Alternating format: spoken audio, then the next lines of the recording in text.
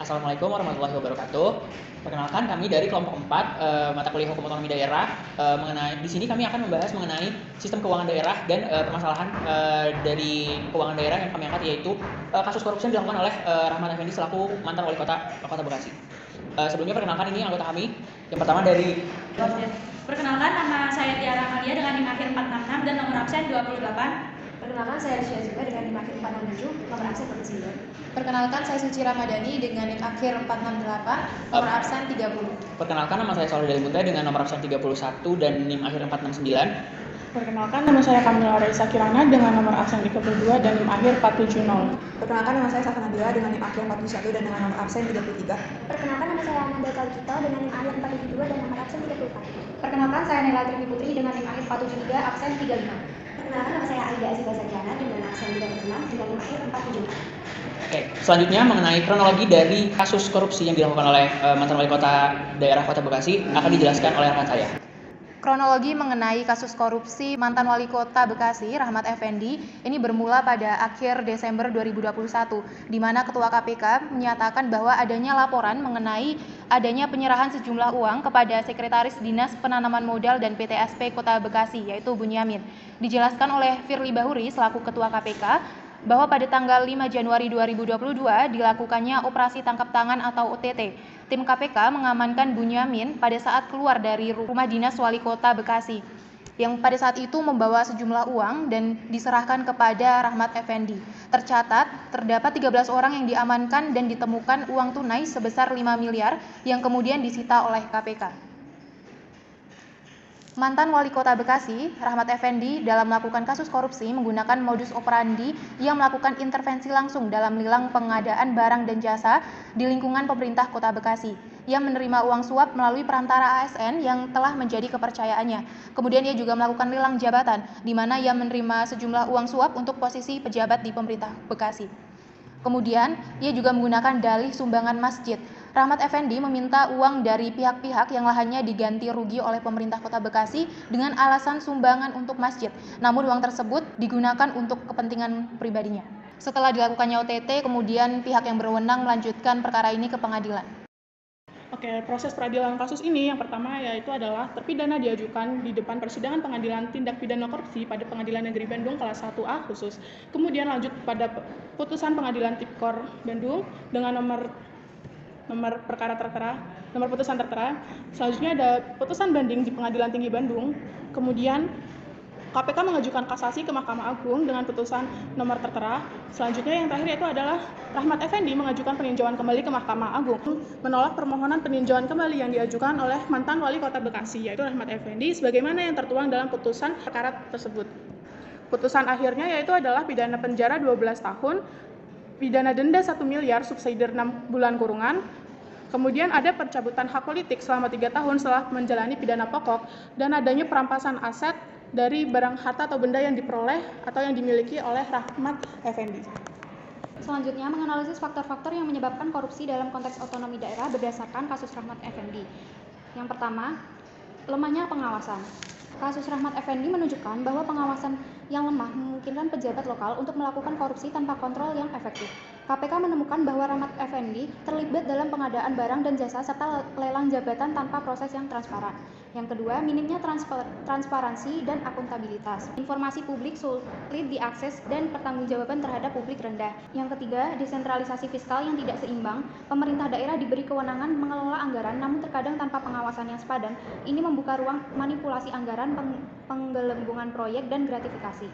Yang keempat, budaya patronase dan nepotisme. Jabatan publik sering dibagi-bagi berdasarkan kedekatan personal, bukan kompetensi, yang berujung pada pengelolaan pemerintah yang tidak profesional dan rawan korupsi. Faktor selanjutnya yaitu tingginya diskresi kepala daerah. Diskresi yang luas memberi ruang untuk manipulasi kebijakan dan anggaran. Dalam kasus ini, diskresi dalam pengadaan lahan proyek infrastruktur dijadikan celah untuk markup anggaran dan pembagian free proyek. Faktor yang keenam, motif ekonomi dan politis. Nah, pemilu kepala daerah atau pilkada ini membutuhkan dana yang besar. Untuk mengembalikan modal politik dan membangun jaringan kekuasaan, praktik korupsi sering dilakukan. Dana hasil korupsi bisa digunakan untuk pembiayaan politik. Faktor ketujuh, kepentingan kelompok yang mendominasi pemerintah daerah. Dalam kasus Rahmat Effendi ini, kelompok-kelompok bisnis yang dekat dengan kekuasaan juga sering terlibat dalam proyek-proyek yang dikelola oleh pemerintah daerah. Faktor ke-8, ketidakjelasan atau kelemahan regulasi dan impuniti korupsi di tingkat daerah. Ketidakjelasan dalam aturan mengenai pengadaan barang, penyusunan anggaran, atau pengelolaan keuangan daerah memberi ruang bagi interpretasi yang salah dan manipulasi oleh pejabat daerah. Kurangnya penegakan hukum juga terhadap pelaku korupsi di tingkat daerah sering menjadi faktor yang mendorong terjadinya korupsi sekuensi. Selanjutnya, mengidentifikasi dampak korupsi terhadap pemerintah daerah dan masyarakat. Yang pertama yaitu terganggunya tata kelola pemerintahan daerah. Korupsi melemahkan sistem akuntabilitas, transparansi, dan pengawasan internal. Hal ini menyebabkan pemerintahan daerah gagal menerapkan prinsip good governance atau pemerintahan yang baik, yang seharusnya menjadi dasar dalam penyelenggaraan pemerintahan daerah sesuai dengan Undang-Undang Nomor 23 Tahun 2014 tentang Pemerintahan Daerah. Yang kedua, terganggunya pelayanan publik. Korupsi mengakibatkan pelayanan publik di daerah menjadi lamban, tidak transparan, dan diskriminatif. Pelayanan yang seharusnya mudah dan cepat menjadi berbelit-belit karena adanya pungutan liar atau permintaan suap. Selanjutnya, melemahnya kepercayaan publik. Ketika masyarakat menyadari bahwa pejabat daerah terlibat dalam korupsi, maka kepercayaan terhadap pemerintahan daerah akan menurun drastis. Masyarakat menjadi apatis terhadap kebijakan pemerintah dan enggan terlibat dalam partisipasi publik. Yang keempat, menurunnya pendapatan asli daerah atau PAD. Korupsi dalam pengelolaan pajak dan retribusi daerah dapat menyebabkan kebocoran keuangan daerah. Pendapatan asli daerah atau PAD yang seharusnya digunakan untuk membiayai pembangunan daerah menjadi berkurang, sehingga ketergantungan terhadap dana pusat pun meningkat. Yang kelima, tersendatnya investasi daerah. Korupsi menciptakan iklim usaha yang tidak kondusif.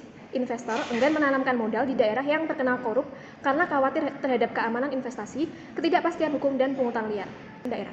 Lalu selanjutnya ada dampak korupsi terhadap masyarakat. Yang pertama, kemiskinan dan ketidaksetaraan pendapatan. Korupsi memperparah kemiskinan dan ketidaksetaraan pendapatan karena dana publik yang seharusnya membantu masyarakat disalahgunakan untuk kepentingan pribadi. Akibatnya, rakyat miskin sulit mengakses layanan dasar seperti pendidikan, kesehatan, dan bantuan sosial. Lalu yang kedua ada kriminalitas tinggi. Kenaikan angka kriminalitas adalah sebagai salah satu kerusakan kehidupan sosial akibat korupsi. Lalu yang ketiga ada keruntuhan sektor publik dan swasta.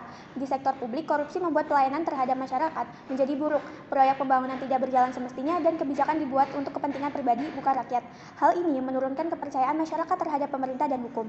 Di sektor swasta, korupsi menimbulkan persaingan tidak sehat, di mana perusahaan yang tidak kompeten bisa mendapatkan proyek atau izin usaha lewat suap.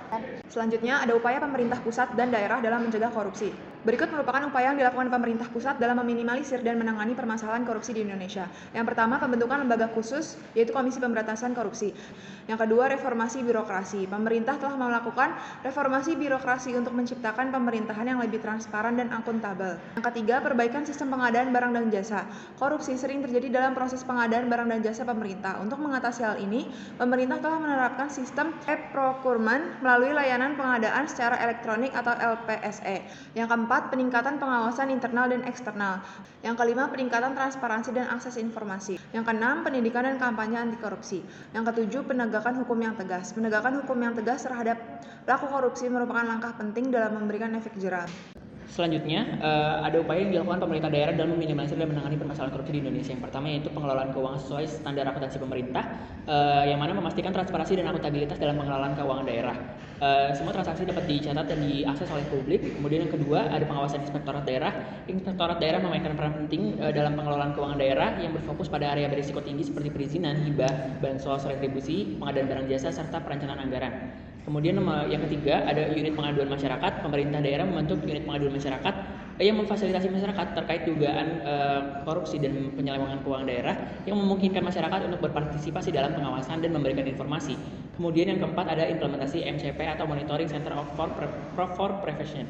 Kita dapat mengimplementasikan MCP ini di 2025 yang disusun oleh KPK, Kemendagri, dan BPKP atau Badan Pengawasan Keuangan dan Pembangunan. Program ini bertujuan untuk memperkuat pencegahan korupsi dan memastikan standar minimal tata kelola pemerintah daerah. Dengan demikian, pemerintah daerah dapat memastikan bahwa semua aspek pemerintahan, termasuk pengelolaan keuangan, dilakukan dengan profesional dan berintegritas. Selanjutnya kita masuk ke kesimpulan.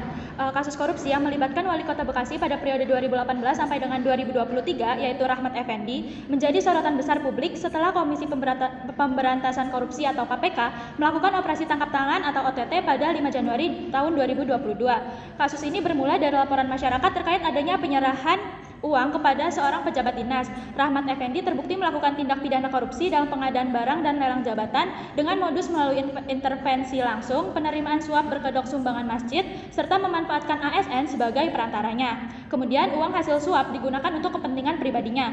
Perjalanan hukumnya melalui beberapa tahap, mulai dari OTT hingga peninjauan kembali atau PK di Mahkamah Agung. Kasus ini mencerminkan lemahnya pengawasan, rendahnya transparansi, dan juga kuatnya budaya patronase dalam sistem otonomi daerah di Indonesia.